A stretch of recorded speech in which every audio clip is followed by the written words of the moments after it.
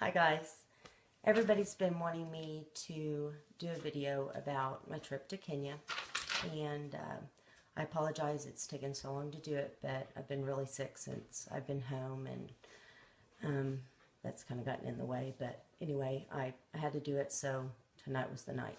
But first of all, I want you to know that this isn't going to be a bashing session. I know Jim has been bashing me in a lot of videos, but I'm not going to return the favor and give him the satisfaction of hearing that. So I just wanted to let you know a few things. I'll probably leave some stuff out, but my email will be at the end of this video, and you can email me and ask me any questions that you have if there's something that you want to know that I didn't touch on tonight. Okay? There's my dog. Okay, I flew out on a Saturday, and I got to Kenya on January 31st. It was a Sunday night, and it was very hot. I waited 2 hours to get my visa, and after that, I waited another hour and a half for my luggage, and only to find out that one of my bags didn't make it. So we stayed in Nairobi that night, and then the next night, about 10 o'clock, my bag finally came in. So we went and got my bag, and that was a Monday night. But I did forget to tell you that during the day on that Monday is when we went to see D.o.M. So that's why I was in sweatpants and a t-shirt, but that's no big deal. The day after we got my bag, we left for Mombasa. It was a long drive, and I wasn't used to the traffic there, so I actually cried like in the first hour, because all you can see is traffic coming head on, and they're making a 4-lane road out of a 2-lane road. But the trip to Mombasa was pretty cool. I got to see some zebras and some baboons and different things, and you can see those videos also on this YouTube page. But we went to Mombasa and got there. Jim said that he wanted me to talk to the people in his office in Tezo, which is north of Mombasa. And I didn't really understand why he wanted me to do that, but all right. So we stayed in Mombasa that night, and the next day we went to Tezo, to their office there.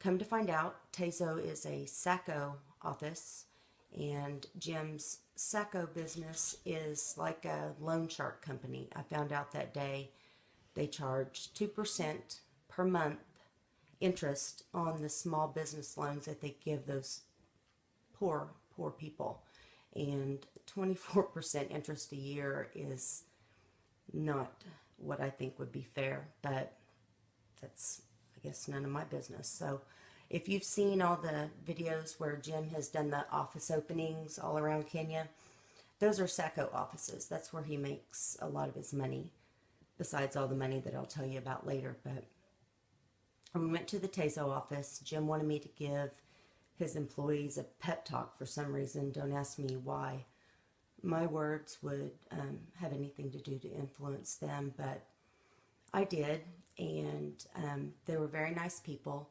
I asked them if they had ever dug any jiggers, and they acted like I didn't know, or they didn't know what I was talking about. We ended up staying that night again in Mombasa. The next day, Jim went to look at new cars, new SUVs, because he thinks he needs another new SUV, which I think he's been hinting and crying about on his YouTube videos about needing more money for a car. But what most people don't know is that he has a loan for the car he has now, and he pays $700 a month, or 70,000 Kenya shillings a month for that vehicle. So he doesn't need the donor's money. He finances his vehicles. On the way back, I got to see more zebras and antelope and fed some baboons. It was really cool. But it was a very, very long drive. We had to stop overnight and stay on the way there, because the total driving time was about 18 or 19 hours. We finally got back to Bungoma on a Friday afternoon, and I finally got to meet the office staff. We went straight to the office, and I met everybody, and that's when I met Aaron, the accountant. And Jim assured me that they had been working hard to get all of the books in order, and everything was in great shape. I shouldn't find any problems, that the books had been audited, and everything was straightened out. So I said, okay, great. I thought my work was going to be easy. And I got the first set of books and went back to the hotel, and that's when I started finding all the problems with the record keeping.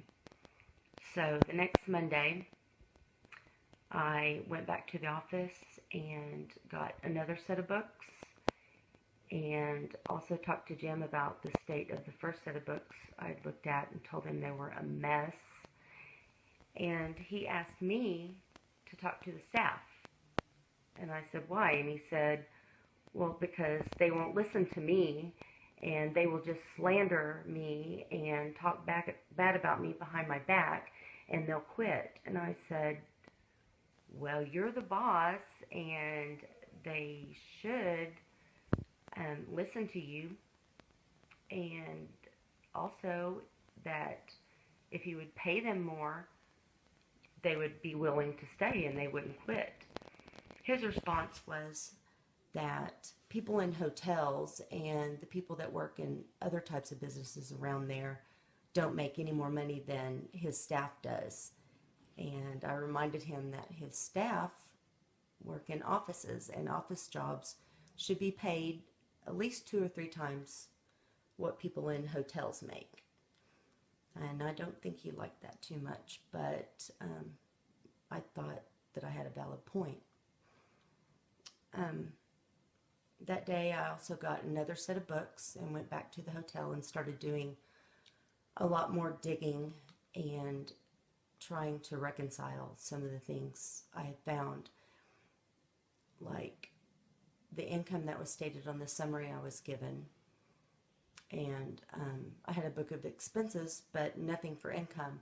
That's when I started asking for the Western Union receipts, the PayPal receipts, and YouTube income information so that I could reconcile it to the summary I was given.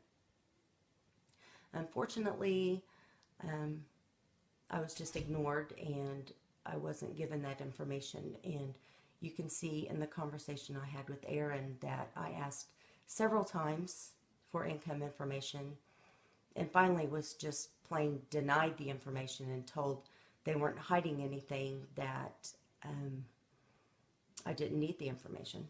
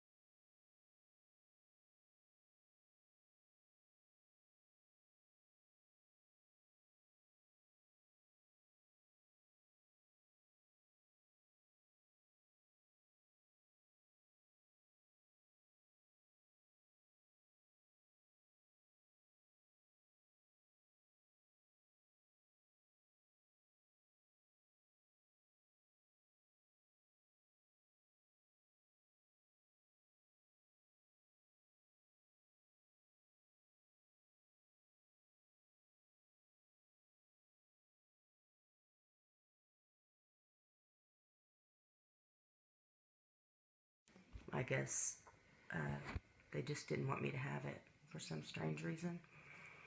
But after getting deeper into the expenses, I started telling the ladies on my Facebook Messenger group about all the problems I was finding. The Messenger group included Anna Hogan and Norma Hargraves, who are part of the transition team. So all this time, these 2 women were fully aware of all the problems I was finding in the expenses. For instance, the SACO expenses are fully paid by the donors out of the donor account.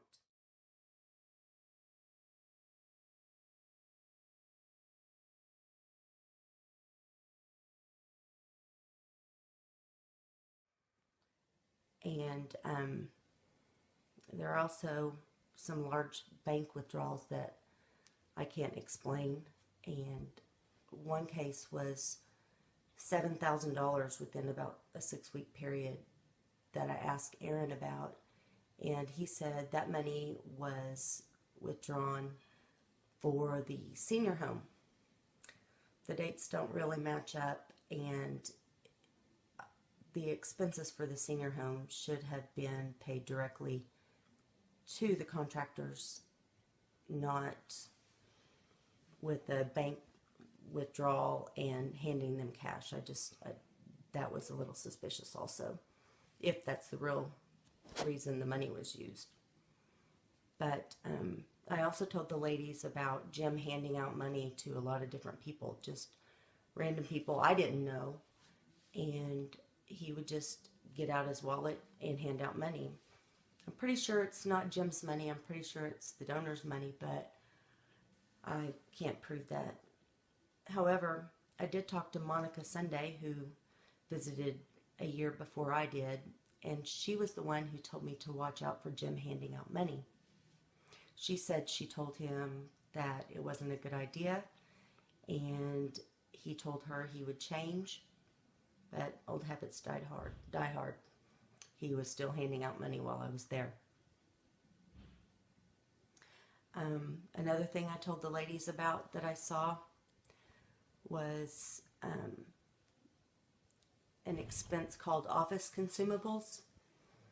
You would think that those are things that are bought for the office, but there were a lot of things that appeared to be Jim's household expenses, like hair dye and a rump roast and things like that that can't be used in the office with no kitchen. I mean, there is a little kitchen, but there's no refrigerator and not really any place to cook. So some of the things I found I thought were funny that he was trying to hide under office consumables.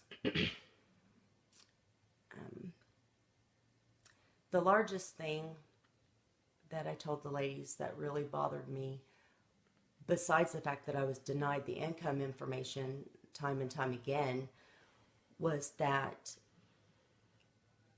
Jim does not deposit the YouTube money into the bank account.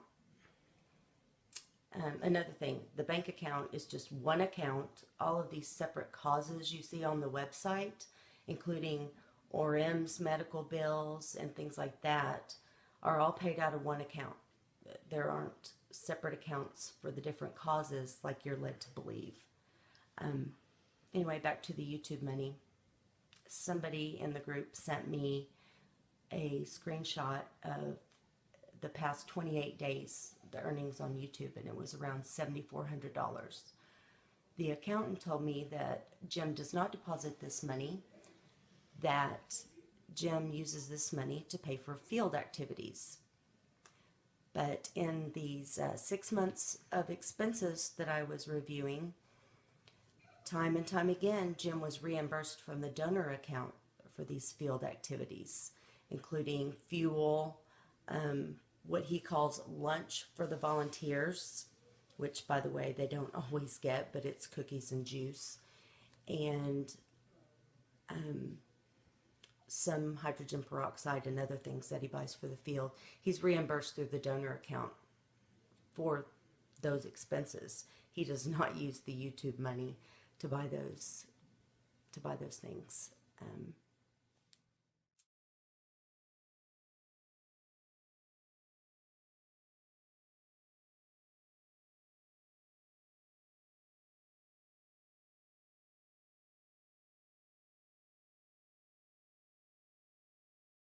Let's see, what else? There's so much that I found in the books. It's crazy, all the things I found that were wrong. And it was just bothering me more and more. And I would tell the ladies just how frustrated I was and how shocked I was at all the things, at all the different ways that the money was misused. It was crazy. It was around this time I started wondering, where is all this money going? It's a lot of money because, as you can see in the summary that'll be in this video, an average that goes to the website, and then another $7,400 a month to $10,000 a month that Jim makes on YouTube. And I couldn't understand why some of the things weren't getting done that the sponsors and donors had actually paid for. For instance, a friend of mine, I won't name names, but she sent money over a year ago for a woman. She sent about $1,000, and Jim never told her what her money was used for. Another thing was on the way to church, one of the churches, we went to two on a Sunday, and the second church, on the way to the second church, we went by a place that Jim said that Bridget's house was supposed to be built. Rhonda Cox had sponsored Bridget and her family and had sent money about a year ago for two different houses. Neither one of them had been built yet. Jim's reasoning was that if he wasn't there, the workers wouldn't work on the house. But from what I saw, while I was in the field with Jim, he sleeps while he's in the van, while the other workers are digging jiggers and doing other work. He sleeps, and I don't know why he couldn't have just pulled his van up there for a couple of days and made sure the work got done on those houses. But he didn't explain that to me. He just said it didn't get done. So there's a lot of money that's missing, and if I were you, I'd want to know where my money's going. Just because he says he's transitioning now and they're going to change things now, what about all the money for the last couple of years that people have sent in? Where did it go? That's what I want to know. And it's not just the money.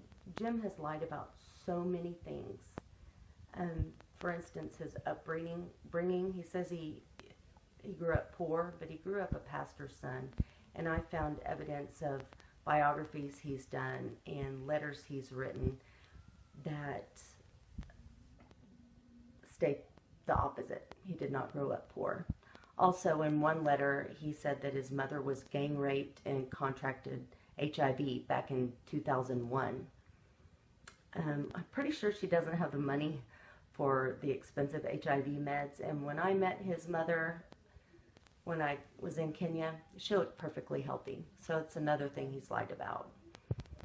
Also, that 100,000 people he says he's treated, that is so bogus. There is no way they could treat over 100,000 people with one team in the field. One team in the field. Not several teams in the field, just one. The one you see on the videos, that's the only one there is. And speaking of this, the first day that I was out in the field, I saw them mix up one concoction, just one time.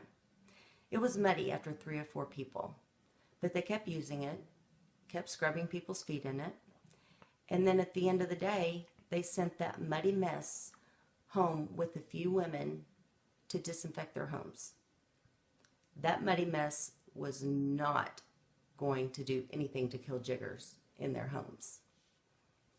Another thing I noticed that I think it was my second day while we were at the school and we were digging jiggers, the volunteers that are not on camera don't use Allocaine. Those poor children do not get any numbing medicine on their feet. They just get their jiggers dug and then it's on to the next person and they just run them through as fast as they can.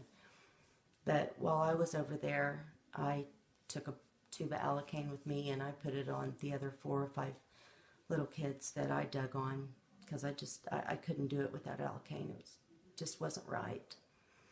Let's see, there's just so much more. Oh, the day at the school, yeah. That was the day that I saw Jim beat Wafula, age 10, with the stick. And I think he said on the video that I couldn't handle things. I'm not sure the reason he gave, but I did run off to the van crying because I just couldn't stand to sit there and watch him beat that child just because the child was crying, because he was in pain. it wasn't his fault, but he said, kept telling the little boy that men don't cry. Well, he wasn't a man, according to Jim, because you're a man after 13 when you're circumcised. That poor boy, I felt so sorry for him. And I got a picture of Jim with a stick, and you'll see that here too. And if you go back and notice in other videos, you can see where people have sticks. So I don't think that was the first time that a stick was used to beat a crying child. I really don't.